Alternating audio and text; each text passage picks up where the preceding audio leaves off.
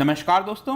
Finally world health organisation के द्वारा जो नया वेरिएंट सामने निकल कर आया है साउथ अफ्रीका से, दैट इज B11529, इसका ग्रीक अल्फाबेट नाम दे दिया गया है, डिक्लेयर कर दिया गया है ओमिक्रॉन। लेकिन इसमें चिंता की बात यह है कि इसको वेरिएंट ऑफ कंसर्न डिक्लेयर किया गया है वर्ल्ड हेल्थ ऑर्गेनाइजेशन के द्वारा। ये आप देख सकते हो, B11529 declared covid variant of concern renamed Omicron. तो इसके बारे में मैं आपको बताऊंगा डिटेल से कि आखिरकार कौन कौन सी वजह से जो वेरिएंट ऑफ कंसर्न है किसी भी वेरिएंट को डिक्लेयर किया जाता है। इसके साथ साथ हम थोड़ा सा स्टॉक मार्केट, आपको पता होगा कल बहुत बड़ी गिरावट हुई थी, वो भी मैं आपको बताने की कोशिश करूंगा। चलिए आगे बढ़ते हैं, लेकिन उसके पहले अगर आप यूपीएससी या फिर किसी भी एग्जाम की तैयारी कर रहे हैं तो आप हमारे ऐप को डाउनलोड कर सकते हैं या फिर studyIQ.com विजिट कर सकते हैं, वहां से सारी जानकारी आपको मिल जाएगी। सबसे पहले हम यहां पर देखेंगे कि एग्जैक्टली हो क्या रहा है, हम इसकी चर्चा कर क्यों रहे हैं।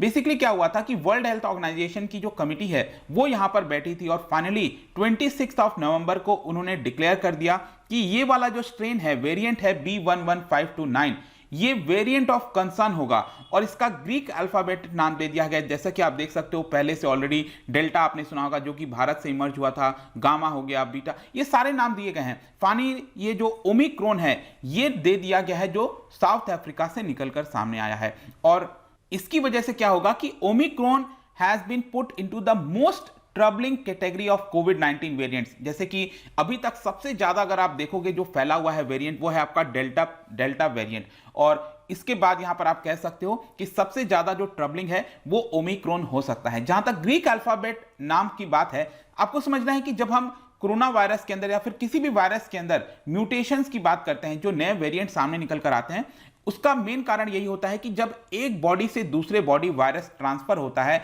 तो वहां पर अगर बाय चांस कोई चेंजेस हो गए और उस चेंजेस की वजह से जो नया आपका वेरिएंट सामने निकल कर आया और वो वेरिएंट जल्दी एंटर कर सकता है हमारे बॉडी में। और वो क्यों करता है? क्योंकि यहां पर जो स्पाइक प्रोटीन होते हैं, जो वायरस के ऊपर स्पाइक प्रोटीन लगे रहते हैं, ये कितने जल्दी हमारे बॉडी से अटैच कर पाएंगे इसके ऊपर डिपेंड करता है कि क्या वो ज्यादा तेजी से फैलेगा कि नहीं फैलेगा।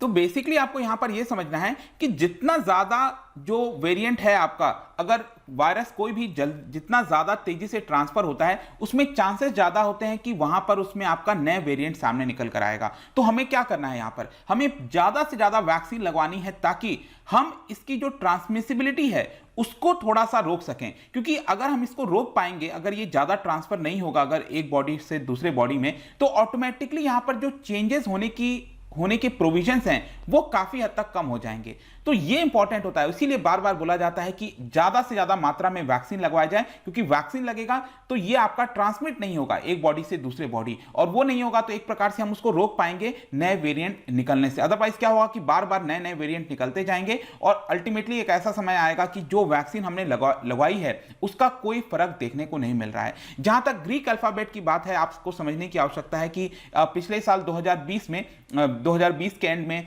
यहां पर WHO ने डिसाइड किया कि जो वेरिएंट सबसे ज्यादा खतरनाक हो सकते हैं उसको वेरिएंट ऑफ कंसर्न बोला जाएगा, उसके बाद वेरिएंट ऑफ इंटरेस्ट हो गया, और साथ ही साथ जिस भी देश से ये निकल कर आया है उस देश को स्टिग्मेटाइज ना किया जाए। जैसे कि मेन अगर हम बात करें तो निकलकर तो ये वायरस चाइना से आया है, चाइना की यहां पर कोई बात नहीं हो रही और दूसरे देश के नाम पर ये चीजें बोली जा रही थी। इसीलिए WHO ने डिसाइड किया कि हम इसको एक पर्टिकुलर नाम दे देंगे और उसी नाम से ये जो वेरिएंट है वो आपका बुलाया जाएगा। अब क्वेश्चन ये आता है कि ये जो ओमिक्रॉन है इसको वेरिएंट ऑफ कंसर्न क्यों डिक्लेयर किया गया है, क्या कारण होते हैं जिसकी वजह से ये डिसीजन लिया जाता है। सबसे पहले तो मैं आपको बताऊं तो WHO के अंदर ये टेक्निकल एडवाइजरी ग्रुप है जो कि SARS-CoV-2 जो कोविड-19 है उसके वायरस इवोल्यूशन को लेकर बातचीत करती है, डिसीजन लेती है। तो उनके द्वारा यहां पर एक वर्चुअल मीटिंग हुआ था, उसके अंदर ये डिसाइड किया गया। जहां तक इस वेरिएंट की बात है तो देखिए ये साउथ अफ्रीका के अंदर 24 नवंबर को पहली बार रिपोर्ट किया गया, लेकिन इसका जो स्पेसिमेन है, जो टेस्टिंग वगैरह होती है,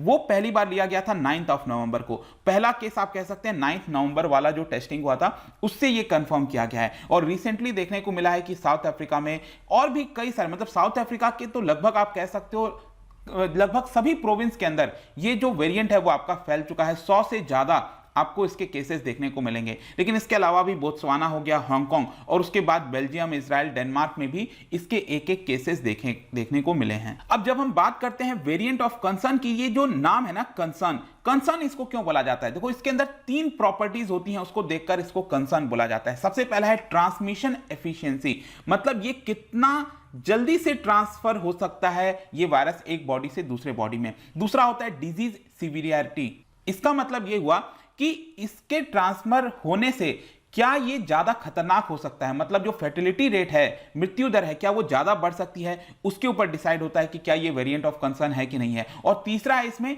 कि जो इम्यूनिटी हमने डेवलप की है वैक्सीन की वजह से, आपने देखा होगा बहुत से लोग जो हैं वो वैक्सीन अब ले चुके हैं, तो वैक्सीन की वजह से क्या हो रहा है, हमारे बॉडी के अंदर इम्यूनिटी डेवलप हो रही है ताकि जब वायरस एंटर करेगा तो हम उसको रोकने में कामयाब होंगे।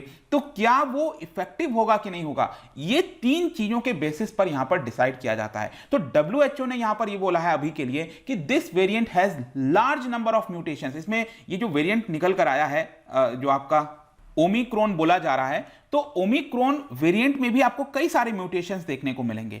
तो उसमें से कुछ म्यूटेशंस ऐसे हैं जो कि बहुत ही ज्यादा कंसर्न है, मतलब कि ये जो 3 आप देख रहे हो ना प्रॉपर्टीज, उससे काफी हद तक मैच खाते हैं और इसी की वजह से इसको डिक्लेयर किया गया। और प्रिलिमिनरी जो एविडेंस सामने आए हैं उसमें यही बोला गया है कि री इन्फेक्शन का जो खतरा है इस वेरिएंट का वो बहुत ज्यादा है, इसी की वजह से इसको वेरिएंट ऑफ कंसर्न में डाला गया है।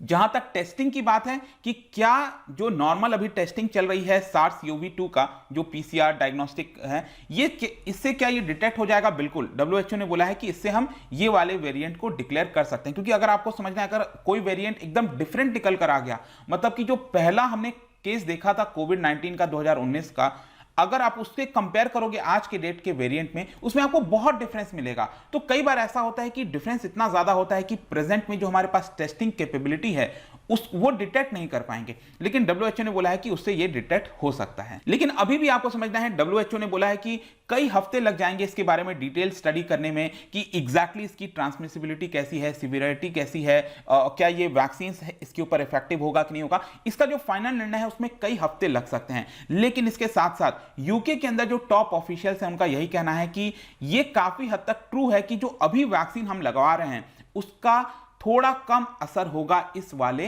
वेरिएंट के ऊपर, मतलब कि ये वेरिएंट हमारे बॉडी में एंटर कर सकता है बाकी वेरिएंट्स के मुकाबले, इवन दो अगर आपने वैक्सीन ली है। इसके अलावा एक और चीज मैं बताना चाहता हूं ट्रैवल बैन के बारे में। ट्रैवल बैन अगर आप देखोगे तो कई सारे देशों ने, चाहे भारत हो गया, भारत ने बोला है कि यहां पर रिग्रेस टेस्टिंग होनी चाहिए जो भी इन तीन देशों से लोग आ रहे हैं, जैसे हांगकांग हो गया, बोत्सवाना और ऑब्वियस सी बात है साउथ अफ्रीका से। और इसके अलावा बहुत से देशों ने, जैसे कि यूके हो गया, उन्होंने रिस्ट्रिक्ट कर दिया है, कई सारे देशों ने यहां पर फ्लाइट को बैन कर दिया है। लेकिन WHO का कहना है कि हमें अचानक से ये डिसीजन नहीं लेना चाहिए, जो रिस्क बेस्ड अप्रोच है, साइंटिफिक अप्रोच है, उसी के माध्यम से डिसाइड करना चाहिए कि कितना ट्रैवल बैन होना चाहिए, नहीं होना चाहिए, क्योंकि अल्टीमेटली आपको समझना है इसका इंपैक्ट आपको इकोनॉमी के अंदर देखने को मिलेगा। और जब हम इकोनॉमी की बात करते हैं तो आई एम श्योर जितने भी लोग स्टॉक मार्केट में अगर आप ध्यान देते हो या फिर आप नहीं भी करते हो निवेश, आई एम श्योर कि कल आपने ये खबर जरूर सुनी होगी कि बहुत बड़ी कल गिरावट हुई थी, करीब 3% के आसपास। आप देख सकते हो सेंसेक्स में यहां पर गिरावट आपको देखने को मिलेगी, 1700 पॉइंट्स के आसपास ये गिरावट हुआ था। और इसमें यही बताया जा रहा है कि ये जो सबसे बड़ा कंसर्न है ये कोविड वेरिएंट को लेकर है। इसके अलावा जो कंसर्न है जिसकी वजह से स्टॉक मार्केट गिरा है वो ये है कि इन्फ्लेशन का जो खतरा बढ़ा है, अभी रिसेंटली इन्फ्लेशन तेजी से बढ़ा है, उसकी वजह से क्या होगा कि जो यूएस की सेंट्रल बैंक है फेडरल रिजर्व, वो यहां पर जो अपना प्रोग्राम चला रही थी, बहुत ज्यादा पैसा रिलीज कर रही थी, उसको कम कर देगी और साथ ही साथ इंटरेस्ट रेट बढ़ा देगी। अब इंटरेस्ट रेट बढ़ाएगी यूएस की सेंट्रल बैंक, तो पहले जिन लोगों ने उधार लिया था सस्ते ब्याज दर पर, अब वो ब्याज दर महंगा हो जाएगा। उसकी वजह से अब वो लोग क्या करेंगे कि भारत के स्टॉक मार्केट में जितना भी निवेश उन्होंने किया था वो पैसा अपना विड्रॉ कर कर वापस यूएस ले जाएंगे। तो ये अभी अगर आप देखोगे पिछले 3 सेशन में, 3 दिनों में स्टॉक मार्केट में 14,700 करोड़ रुपए पुल आउट किए गए हैं बाय फॉरेन पोर्टफोलियो इन्वेस्टर्स के द्वारा। जो बाहर के निवेशक होते हैं उन्होंने बहुत सारा पैसा विड्रॉ किया है और यही कारण है जिसकी वजह से आपको लगातार स्टॉक मार्केट में अब यहां पर करेक्शन देखने को मिल रहा है। लेकिन ज्यादातर एक्सपर्ट्स यही कह रहे हैं कि जो ब्रॉडर मार्केट है उसका फंडामेंटल स्ट्रांग है, लॉन्ग टर्म मीडियम टर्म में मार्केट बढ़ेगा, डेफिनेटली बढ़ेगा, लेकिन शॉर्ट टर्म में यहां पर प्रेशर बढ़ सकता है आगे आने वाले हफ्ते में बिकॉज ऑफ दीज फैक्टर्स जो मैंने अभी आपको बताया। और साथ ही साथ जो इन्वेस्टर्स हैं जो लॉन्ग टर्म के लिए निवेश करते हैं उनको चिंता करने की आवश्यकता नहीं है। ऐसा नहीं है कि पैनिक में आकर आपने अपना सारा जो होल्डिंग्स है वो बेच दिया, ऐसा करने की आवश्यकता नहीं है, उसको रखिए। हाँ, अभी यहां पर थोड़ा सा अप्स डाउन आपको देखने को मिलेगा, लेकिन आगे आने वाले समय में यहां पर आपकी जो फंड है वो आपका बेहतर ही रिजल्ट देगा डेफिनेटली। और फाइनली कंक्लूजन में मैं आपको बात करूं इस पर्टिकुलर वेरिएंट के बारे में, तो देखो यहां पर डेल्टा हो गया, ओमिक्रॉन हो गया,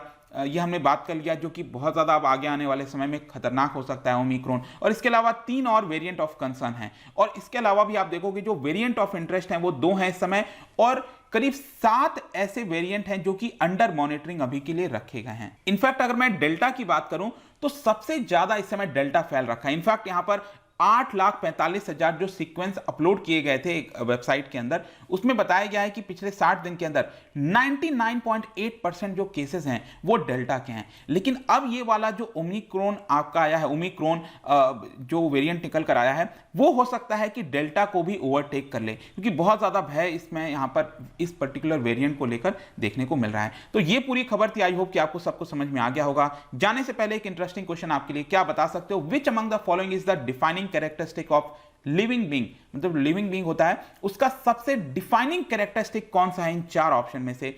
इसका राइट आंसर आपको पता ही है, मेरे इंस्टाग्राम पर तो मिलेगा ही, वहां पर अगर आप नहीं हो कोई बात नहीं, टेलीग्राम से भी ले सकते हैं इसका सही उत्तर। मैं कई सारे एमसीक्यूज यहां पर डालता रहता हूं स्टोरीज के फॉर्म में, आप जाकर प्ले कर सकते हो। बाकी अगर आपको पीडीएफ चाहिए तो टेलीग्राम पर आइए, अलग अलग सोशल मीडिया पर भी आप जुड़ सकते हैं। साथ ही साथ यूपीएससी या फिर किसी भी एग्जाम की तैयारी कर रहे हैं तो आप हमारे ऐप को डाउनलोड कर लीजिए। आई होप कि वीडियो आपको पसंद आया होगा। मिलता हूं आपसे next time, till then thank you very much, see you soon.